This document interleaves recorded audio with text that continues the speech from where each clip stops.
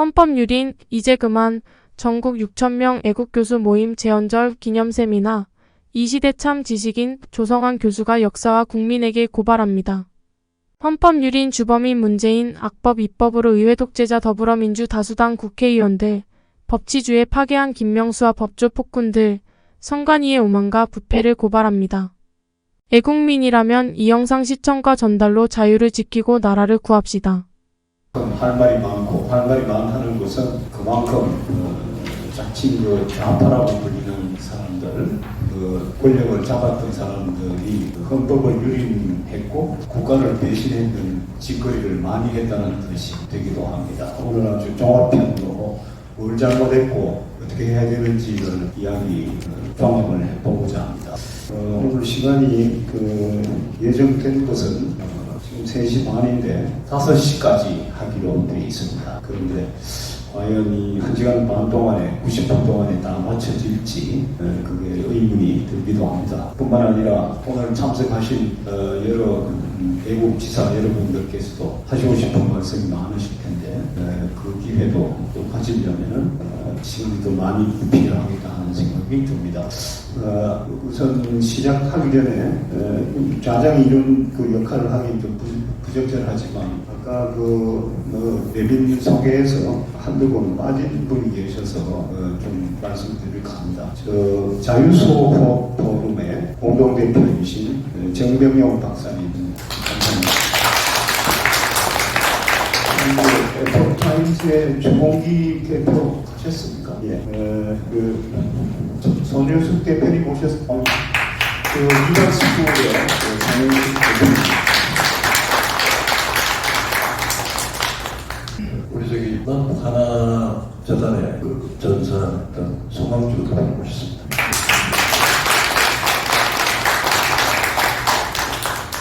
저하고는 자주 만나는 경우가 이루어졌습니다.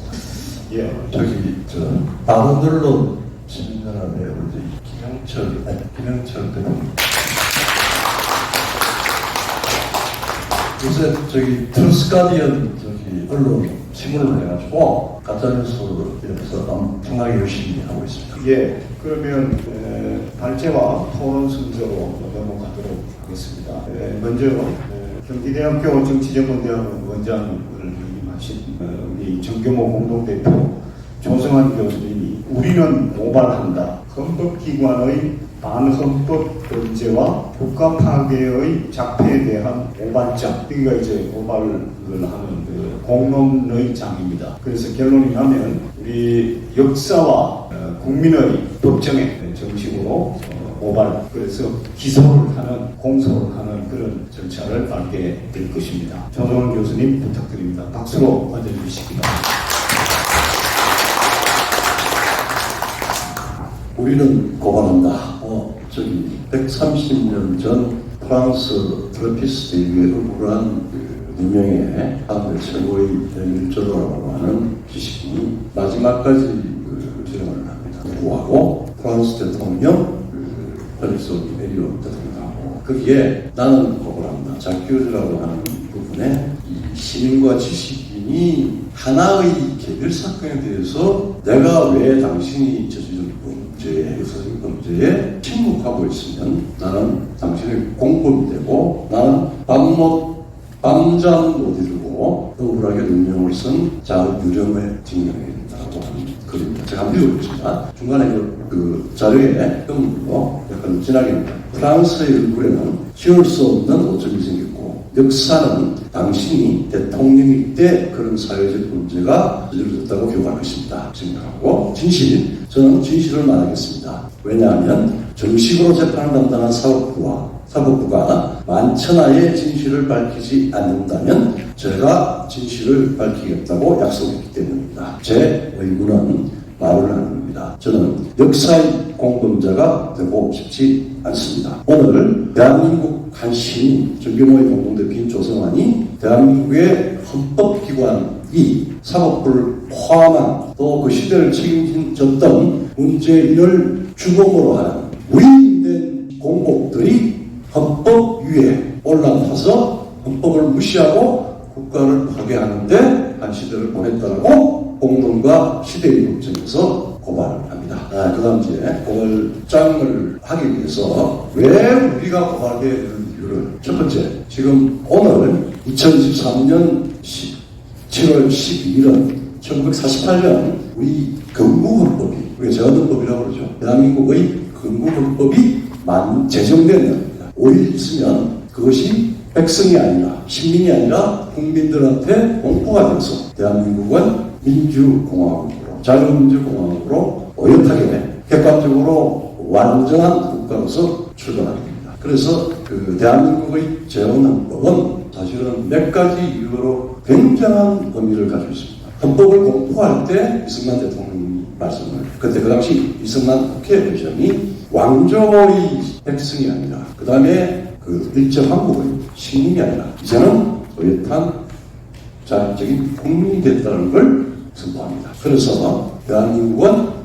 모든 식민지 국가 혹은 전체주의나 민국주의 같은 일본과 독일과 다르게 대한민국은 우리 스스로 현대 가장 완비된 헌법이라고 하는 바이마르 헌법이 모범이 되고, 그전에는 프랑스 인간과 시민의 권리에 관한 선언, 그 다음에 민주의 독립선언, 그것이 다 반영된 가장 진화되고 발전된 헌법을 기준으로 바이마르 헌법보다 더 개선된 방법으로, 즉 바이마르 헌법은 그 나라의 통치권, 국가 조직이 헌법 전문가하고 바로 나옵니다. 근데 우리는 헌법 전문가, 그 다음에 총각, 대한민국, 탄생명에서 선언을 했던 대한민국은 민주공화국입니다. 그 다음에 대한민국의 주권은, 여기 2조가 탄생명에서 나옵니다. 모든 사람의 주권은, 대한민국의 주권은 국민에게 있고 모든 권력은 국민으로부터 나온다 라고 하는 국민의, 각 개인의 주권성이 총각인데, 이거는 거의 모든 성명을 보여서 천명이 되는 것입니다만, 우리는 식민지 국가를 경험한 국가가 바로 국민공화국, 민주공화국, 그것도 자유를 전제한, 정부 인권을 전제한 공화국 헌법으로 들어갔다라고 하는 것은 엄청난 의미를 갖고 있습니다. 그 다음에 바이마르 헌법보다 더 개선된 방법의 우리 제헌헌법은 사실은 전문, 총각, 기본권이, 바이마르 헌법은 통치권이 먼저 나오는데 우리는 천부적인 인권을 전제한, 지금 여러분들 자유하는 대한민국 헌법의 기본권이 자유입니다. 자유권입니다. 그 자유권이 먼저 나왔습니다. 그리고 우리는 8번의 헌법 개정이 있을 것 같이 보이고, 대한민국 헌법이 굉장히 단결적이라고 생각하기 쉬운데 아닙니다. 대한민국의 헌법은 통치권을 둘러싼 정치적 게임에서 8번의 개헌이 있었지, 기본권, 그러니까 전문과 총괄과 기본권은 75년의 역사를 가지고, 독일의 바이마르 헌법은 19년에 만들어지고 33년에 수권법으로 산산조각을 합니다. 그 말하자면 가장 선진화된 바이마르 헌법이 14년 동안 지속하고 다 깨졌는데, 대한민국 헌법은 여전히 75년 전에 오늘 만들어져서 그 기본권, 소위 근본의 헌법중의 헌법은 지속되고 있다라고 하는 것, 그게 수많은 우리 내부적인 혹은 밖의 전쟁이든 혹은 지금 최근 중국이든 밖의 도전에도 불구하고 우리가 정말 고마워하고 우리를 지켜준 중요한 규범이라고 하는 걸 강조합니다. 즉 대한민국의 제헌헌법, 그건 건국헌법이었고, 우리가 이렇게 문명적 진군을 하는 가장 중요한 주축들이었습니다. 그런데 이 주축은 내가 읽어보겠습니다. 우리의 위대한 국민은 나라의 주인으로서 국토 산하에 붉은 피를 쏟아 소중한 자유를 지켰고, 세계 어떤 나라의 국민보다 많은 땅을 흘려 큰 강물을 만들어 지금은 번영의 바다에 도달했습니다. 그러나 이 자랑스러운 현대사에서 최근 우리는 이데올로기를 현실로 착각한 문재의 사람, 문재인 세력의 혁명적 전복적 도발로 인하여 체제의 정당성과 국가의 정체성이 동시에 훼손되는 위기를 겪었고, 지금도 그 고난은 계속되고 있습니다. 그래서 시대와 공론의 장에서 그 불법자들을 고발하려 합니다. 첫 번째, 그렇게 하기 위해서는 문재인 정권의 시대적인 성격이 어떠했느냐, 그냥 독재를 했느냐 독단을 했느냐, 그게 아닙니다. 아주 교묘하고 정교하고 기도하게 자기들의 촛불혁명이라고 하는 것들을 엄밀하게 진행시키려고 했는데, 기적적으로 대한민국의 국민들이 그것을 막아내고 지금 가까스로 저들의 업무를 일시적으로 중지시킨 상태에 있습니다. 자, 두 번째, 소위 문재인 혁명정부, 문재인 촛불혁명정부의 반입헌주의를 제가 분석해드리겠습니다. 문재인 정부는 우리 헌법이 부여한 주권자인 국민의 투표에 의해서 당선되었습니다. 물론 그전에 탄핵이 있습니다만 그거는 정치적인 변동이고 결국은 주권자 국민의 선택에 의해서 당선되었습니다. 그래서 그는 대한민국 헌법이 명하는 헌법소의 신선한 직무에 대한 선서를 하고 대통령에 취임했습니다. 그러나 문재인은 정보일권, 입헌적 법칙, 룰 오브 로우다. 세상 어디든지 있는 국가는 룰 바이 로우를 가지고 전체주의를 하고 독재를 합니다. 근데 룰 오브 로우가 현대 입헌국가의 본질 중에 본질입니다. 입헌적 법칙. 그래서 그냥 일반 법칙을 안 하고 입헌적, constitutional 룰 오브 로우, 입헌적 법칙, 그리고 개방된 시장, 개방된 문명이죠. 그 다음에 영성에 대한 존중. 전통적 국가에서는 종교 문제 때문에 그거 했는데 프랑스 혁명 이후에 종교 개혁의 결과를 놓고 영성에 대한 관용과 존중을 전제로 한 인도국가가 만들어졌습니다. 우리도 우리 재헌헌법에서 거기에 들어가서 종교의 자유가 들어가 있죠. 자, 그런 현대 문명의核心 가치가 침전된 자유민주공화국을 촛불시민이라는 집단적 우상을 내세우며 사실상의 혁명정부를 선언하고 있습니다. 그 다음에 15페이지로 들어가서 혁명정부를 즉 입헌정부로 대통령으로 대한민국의 헌법 수호의 선서를 한 대통령이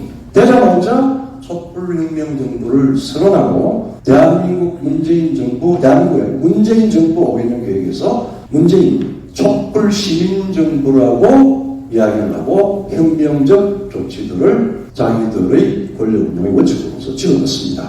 거기에 지금까지 문명적 입헌 민주주의 국가의 헌정적 위치, 원칙인 위임된 권력, 즉 대표된 권력, 우리의 대표제를 부인한다. 아주 이거 정치학교나 헌법학자들이 거의 안 하고 생성적 권력으로 정부를 운영하고 권력입니다. 여러분들 네이버에 문재인 정부 5개년 계획에 그걸 찾아보십시오.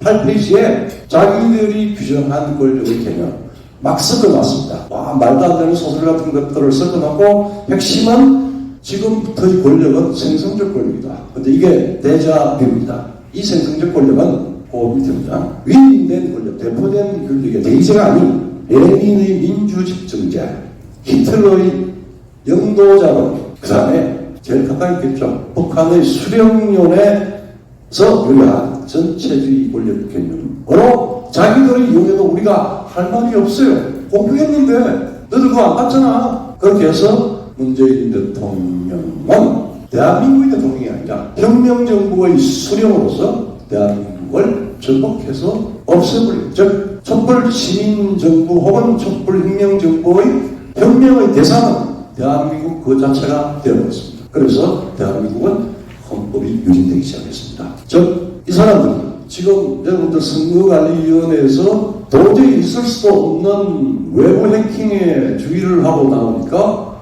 감히 국정원 따위가 우리를 감상한다고 never 이야기했죠. 그게 말하자면은 문재인 정권의 대통령, 입법부, 사법부, 선거관리위원회, 헌법재판소가 전부 헌법 위에 있다라고 하는 스스로의 오만에 스스로의 확신을 가지고 있습니다. 그것을 결합니다. 즉, 이 사람들은 생성적 권력으로서 대통령이 대표되어서 주권자의 최고 공복이라고 하는 사실을 잊어버리고 주권자 위에 헌법 위에 군림한다라고 하는, 그리고 혁명을 해서 자유대한민국을 해체해도 좋다라고 하는 권력을 부여받았다고 생각을 하고 완전히 통치를 했습니다. 즉, 촛불우상이 대한민국 위에 있었고 촛불 시민이라고 하는 자기들이 만든 우상을 대한민국 상위에 놓았고, 그러니까 저기 밖에 또 끊임없는 침묵 종중 정권을 했죠. 그렇게 해서 헌법 위에 존재했습니다. 자, 이제 고발장을 제가 하겠지만 어쨌든 기적같이 0.73%로 해서 24만 표로 우리가 대한민국 심장이 다시 뛰기 시작을 했습니다. 이거 정상으로 돌이켜야 됩니다. 그래서 제가 고발장을 만들었습니다. 문재인 정권 헌법기관의 헌법범죄에 대한 고발장입니다. 첫째, 문재인 정권과 그 헌법기관의 주요 책임자들을 소위 대한민국의 촛불 권력 카르텔에 대해서 공무가 시대의 법적에 의해서 아래와 같이 보고합니다. 첫째, 문재인 전 대통령을 헌법 파괴와 헌정질서 유린의 주범으로 고발합니다. 여러분들 이 내용들을 지금 이미 사법을 법정에서 고발된 것들이 있고 지금 진행이 되고 있습니다. 근데 아까 지금 방금 생성적 권력이라고 하는 것은 반역입니다. 누구도 신검해서는 안 돼. 1948년 7월 12일 이전, 혹은 빠르면 1948년 5월 10일 이전에 대한민국의 국민이 주다마니가 혁명 같은 혁명도 못하면서 자기들끼리 혁명정부를 선언을 하고 대한민국을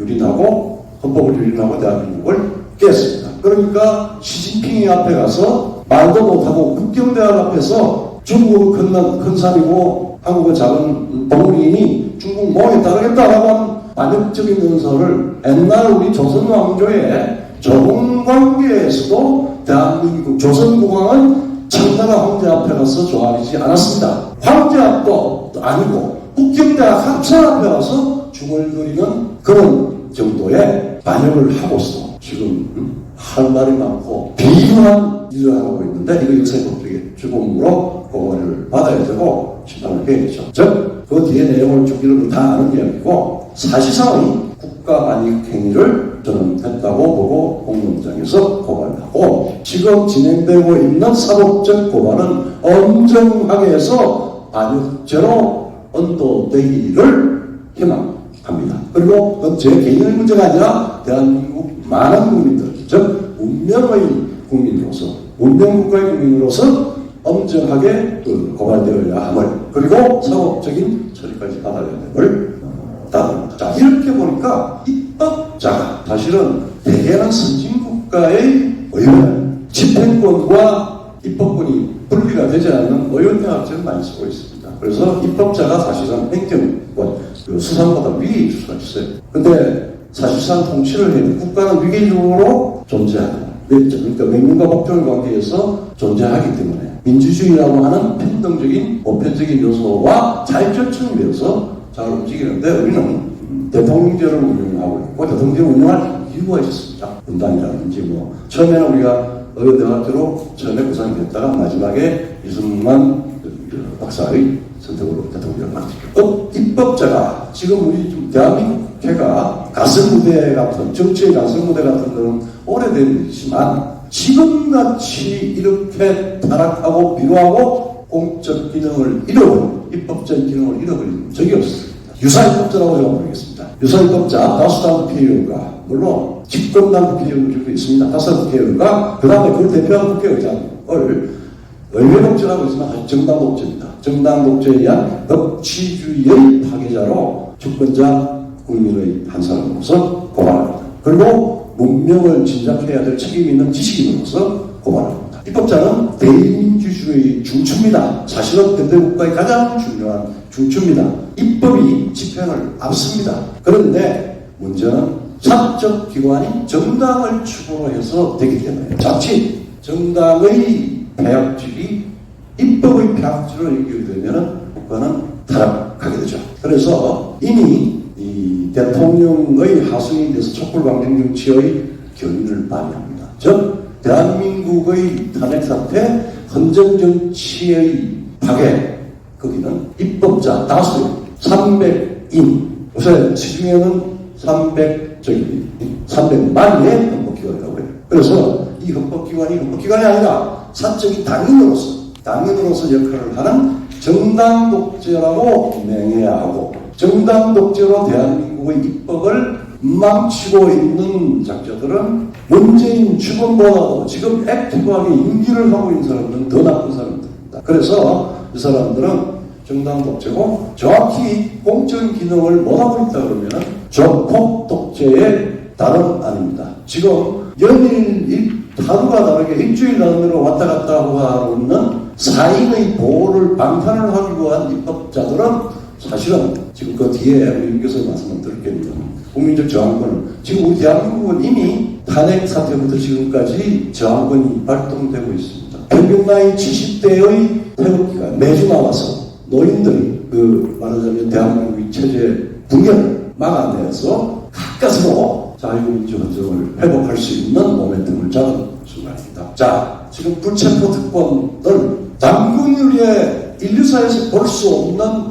지금 큰 범죄의 혐의를 받고 있는 사람을 보호하기 위한 말하자면은 방탄 혹은 하수인에 불과한 방식으로 그거는 책임제시를 쳐야 되는 여당도 마찬가지입니다. 그걸 어떤 방식이든지 간에 돌파를 해내야 되는데 못하고 있습니다. 소수 여당이라고 하는 게 핑계가 될 수가 없습니다. 오늘같이 제가 고발하는 이 심정으로 국회에 다수 집권당이 독하게 하면은 제한할 수 있습니다. 근데 안 하고 있어요. 못하고 있습니다. 그것이 아까 우리 황 교수가 이야기했듯이 국회의원의 탄핵에 대한 이유가 우파가 더 높다고 하는 이유입니다. 그 다음 첫째, 시간이 많으니까 이분만 하겠습니다. 김영수 대법관 말에 제가 저 스스로가 부끄러워서 거명하기조차 창피스러운 우리나라의 대법관입니다.